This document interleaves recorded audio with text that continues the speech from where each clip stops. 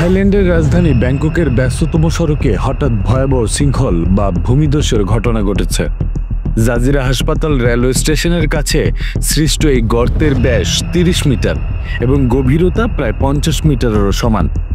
এতে স্টেশনের সুড়ঙ্গে মাটি ঢুকে পড়ে আশেপাশের কাঠামো ধসে যায়, ফেসে যায় পানি সরবরাহের পাইপ এবং বিদ্যুতের খুঁটি। নগর বিশেষজ্ঞরা বলছেন, অপরিকল্পিত নগরায়ন, বহুতল ভবন নির্মাণ এবং ভূগর্ভস্থ পানি উত্তোলনের কারণে এ ধরনের ঘটনা ঢাকাতেও ঘটতে পারে।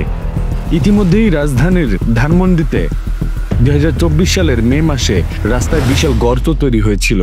ভূতত্ত্ববিদরা জানান, সিঙ্কহোলের মূল কারণ হলো মাটির নিচে পানির স্তর নেমে গিয়ে ফাঁকা জায়গা তৈরি হওয়া। জাহাঙ্গীরনগর বিশ্ববিদ্যালয়ের অধ্যাপক ডক্টর আক্তার মাহমুদ বলছেন, ঢাকায় প্রতি বছর ভূগর্ভস্থ পানির স্তর গড়ে ৩ ফুট নিচে নামছে। পাশাপাশি অবকাঠামোর অতিরিক্ত চাপ শহরকে আরও ঝুঁকির মধ্যে ফেলছে।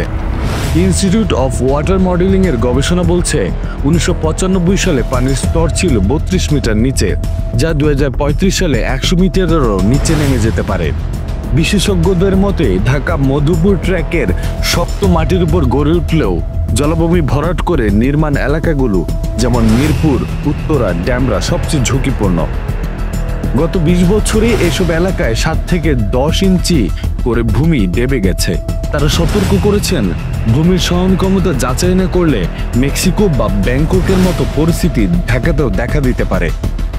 তবে ভূমিকম্প বিশেষজ্ঞরা মনে করেন, ঢাকার লালমাটির অঞ্চল শক্ত হওয়ায় ব্যাংককের মতো ভয়াবহ শৃঙ্খলের ঝুঁকি এখনো কম, কিন্তু বর্তমান নগরায়ন অব্যাহত থাকলে ঝুঁকি বাড়বে।